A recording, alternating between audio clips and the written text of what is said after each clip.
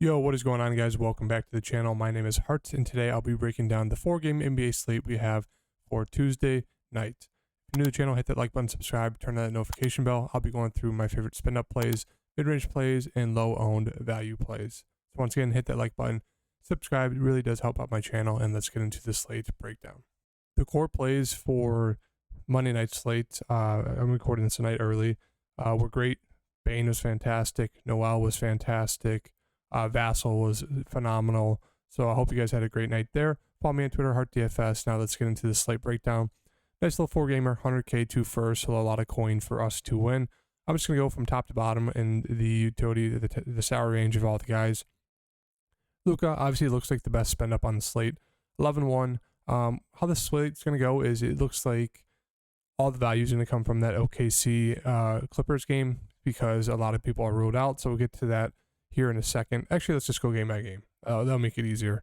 So on Detroit, Washington, not a bad game to stack. Two bad teams, two fast-paced teams. Cade Cunningham at 7-9 for the Pistons. Hasn't had a massive ceiling game yet for the Pistons, but the minutes are secure. He's getting those shot attempts. He does have double-double upside when it comes to points and assists, and that's something we do like from our guards. Guys that can get you rebounds, assists, and score the ball. Can get you some steals as well. So 7-9 looks pretty solid here. For Cade Cunningham. Jaden Ivey, just a little too pricey for me. He's been great. 3+ games of 30 plus fantasy points. 6-8 for him. Not the best just because, the minutes are pretty solid on him. It's just, he's not shooting the ball a ton, and the price is up there, so I just don't like that much. Love Sadiq Bey here. The minutes are secure. He's going to be playing around 35 minutes. The shot attempts is what I do like. Back-to-back games of 15-plus shots.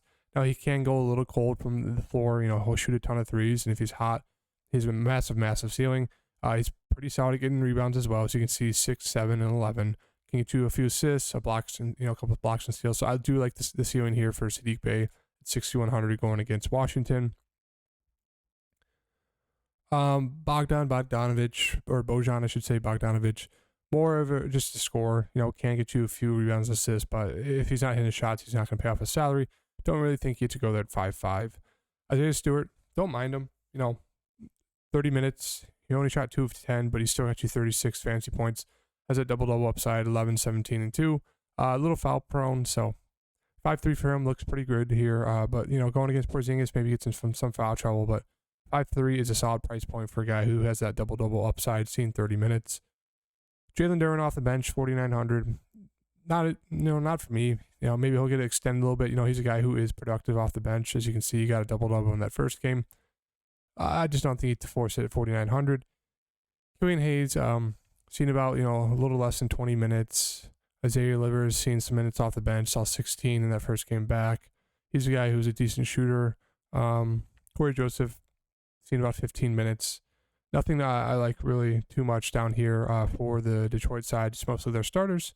Washington side, Brad Beal, he'd look great if he was just shooting the ball a ton more. The minutes have been fantastic for him.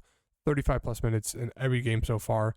It's just he's not shooting the ball a ton. 17, 14, 16, shooting it very, very well. But he's just been limited when it comes to the points. Not getting to the free throw line a ton like we're used to seeing last year for Brad Beal. Hasn't flashed that massive ceiling yet, but he does have that still in him, even though he is not taking as many shots. If you were shooting 11-16, you would expect him to be shooting the ball a ton more. He's been shooting great. So Brad Beal, a guy that's going to get you those assists, has a solid floor there. Same with the rebounds. We're just kind of waiting on him to have that explosion of a game, 30, 35 real life points. Maybe this is it versus Detroit, bad team. So I don't mind taking a shot here at 8-4 for Brad Beal. Looks pretty solid. Porzingis looks good as well, 7-7. The minutes are secure if he's not in foul trouble. As you can see, the last game played 38. I think the game did go to overtime, so they got like 4 to 5 minutes more. But double upside, he can shoot the ball very well. So I do like have a good amount of interest in Porzingis as well here at 7-7. Kyle Kuzma, not for me, as I said. Don't fall into that trap of Kyle Kuzma back-to-back games of 20+ points. Comes out, he was in foul trouble, so he did lose some opportunities when it came to shooting the ball. He obviously still played 37 minutes, but yeah, Kyle Kuzma is going to be that hot and cold player. 6,900 would either get to Brad Beal or Porzingis at the price point. Monte Morris playing about 25 minutes a game. He's splitting time with DeLon Wright off the bench. So I don't think it's to go to either one. Will Barton's not heavily involved. Just said DeLon Wright, you're going to see about 25 minutes. If you need a pay down option, 4,300, I don't mind him right there. Rui Hachimura, it's not it for me. No one on the bench is really it for me for these guys. Denny's in the starting lineup, but he's not doing much. Yeah. So, don't think you need to go dip down to any of those guys. Going on to Dallas, New Orleans Pelicans. Luka, obviously, looks like the best spin up on the slate. Not really anyone close to him in terms of salary and that ceiling. So I don't mind if you go there against the Pelicans. We obviously know what we're getting from Luka.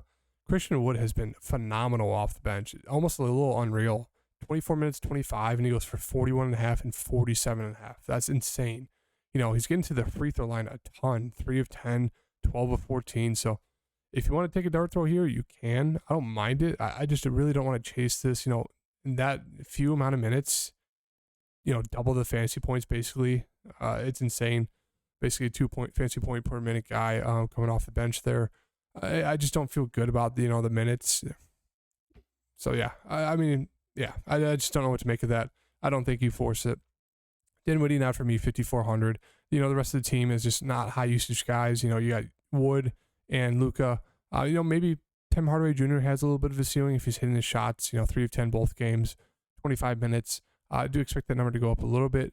More of a scoring first guard, so I don't think he to go there. But yeah, it's not much interest in any of these guys. Luka's obviously an insanely high usage guy, and then you throw Christian Wood off the bench. Not much to go around for these other guys. Maybe sure that one of them can have a solid game if they're hitting their shots, but otherwise, I don't think you have to really force anything here for any of these guys on the Dallas side, or just to stick to the 2 main guys. Falcon side, Zion is questionable. Obviously, that's huge news if he's out because a ton of the usage will fall down to CJ, Valanciunas, Troy Murphy, Herb Jones is also questionable as well. So this is where a ton of that injury news starts coming in, because then we can look to guys like Devontae Graham, maybe Jackson Hayes, Najee Marshall a little bit. So once again, we have to keep an eye on this news. I'm recording this obviously 19 hours before the slate even starts. So let's just say they're all in as of right now. So if Zion plays, looks great here at 8,700. Expect full run for him. It did hurt his hip, but we're assuming he's in. Looks like a fantastic play. Brandon Ingram is obviously out. That means a ton of the usage is going to fall to guys like Zion, Val, and CJ. Really like CJ here, 8,000. Played 41 minutes. Going to shoot the ball a ton. Has the upside with assists and rebounds. Can get you some steals. So really like him, a good amount at 8K here for this game against Dallas. J-Val looks pretty solid once again. If Brandon Ingram is out, if Zion is out as well, really want to load up on these Pelican guys. Larry Nance saw 29 minutes. Looks pretty solid here. Nice, decent play at 5K. Troy Murphy looks pretty good. He's more of a scorer. Can get you some rebounds, but yeah, a lot of these Pelican guys look very, very good. If Herb Jones and Zion both get ruled out, Herb Jones, not much of a usage bump if he's in.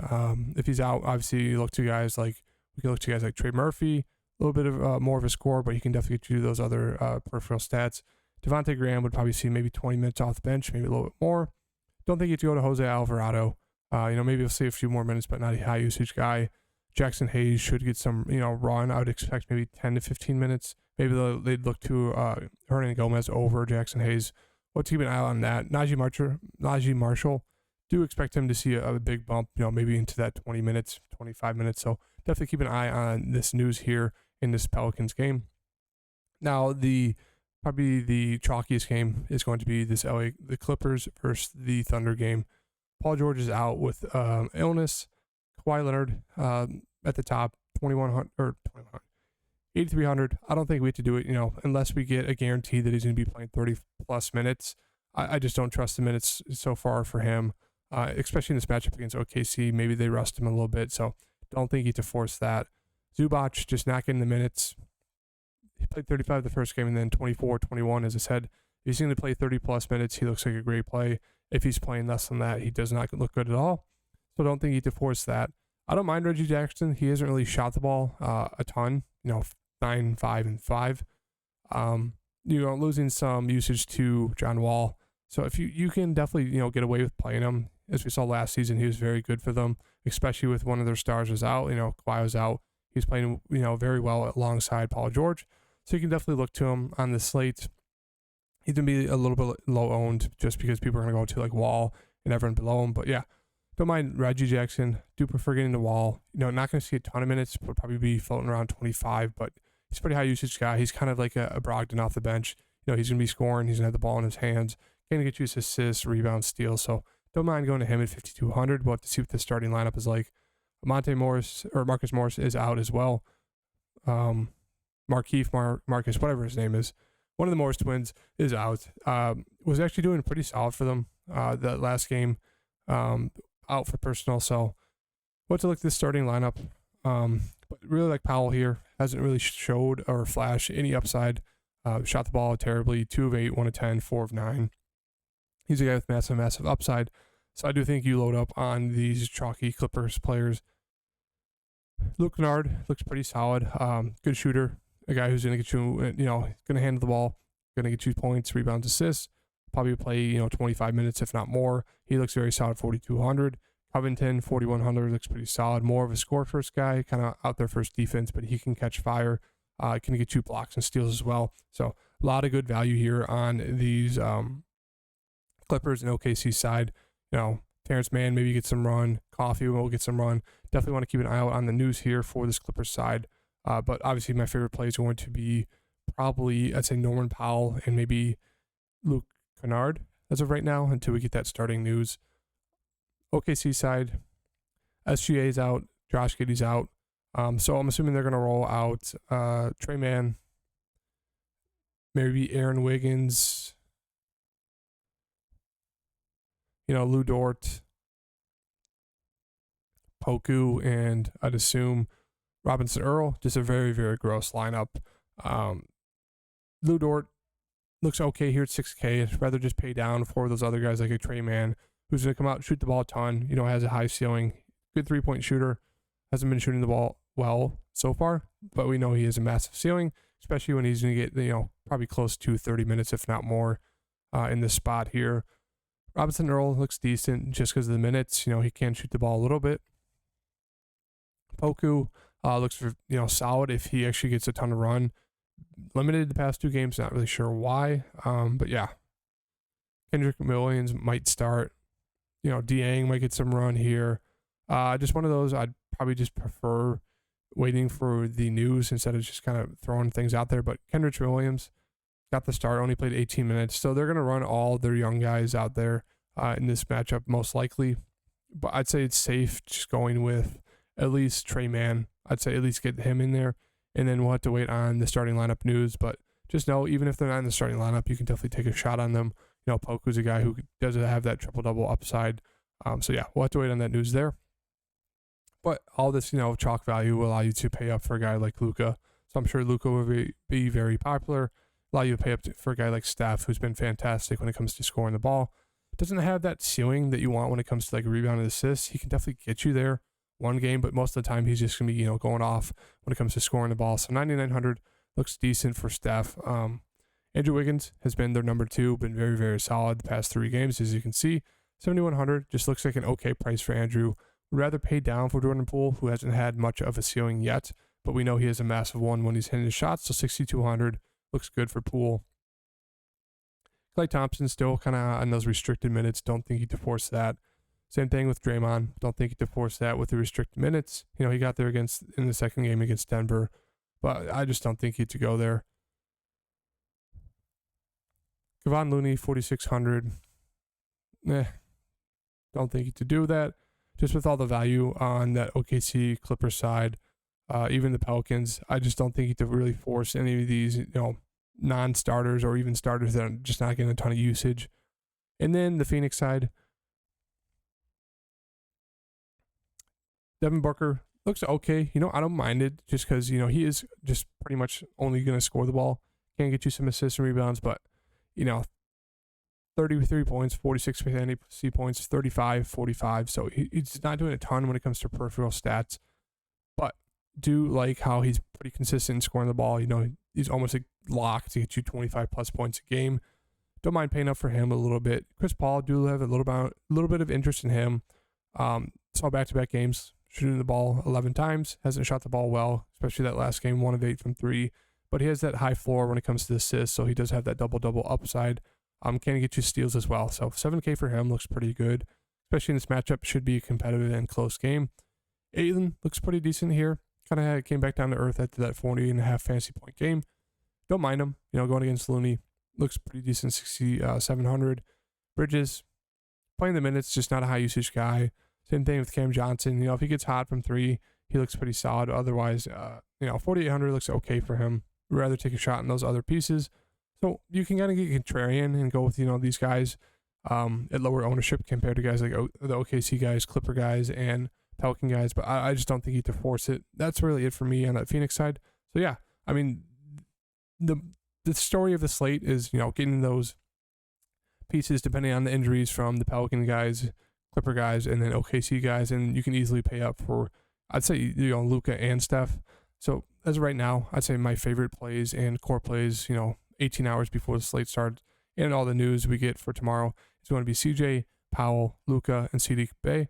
So definitely follow me on Twitter to keep updated with that injury news and kind of see if my core plays changes. But those are my 4 core plays for tomorrow's slate as of right now. So if you guys like the video, hit that like button, subscribe, turn on that notification bell, and let's have another good night. Let's see if one of us can take down that 100K to first. Thank you guys. See you.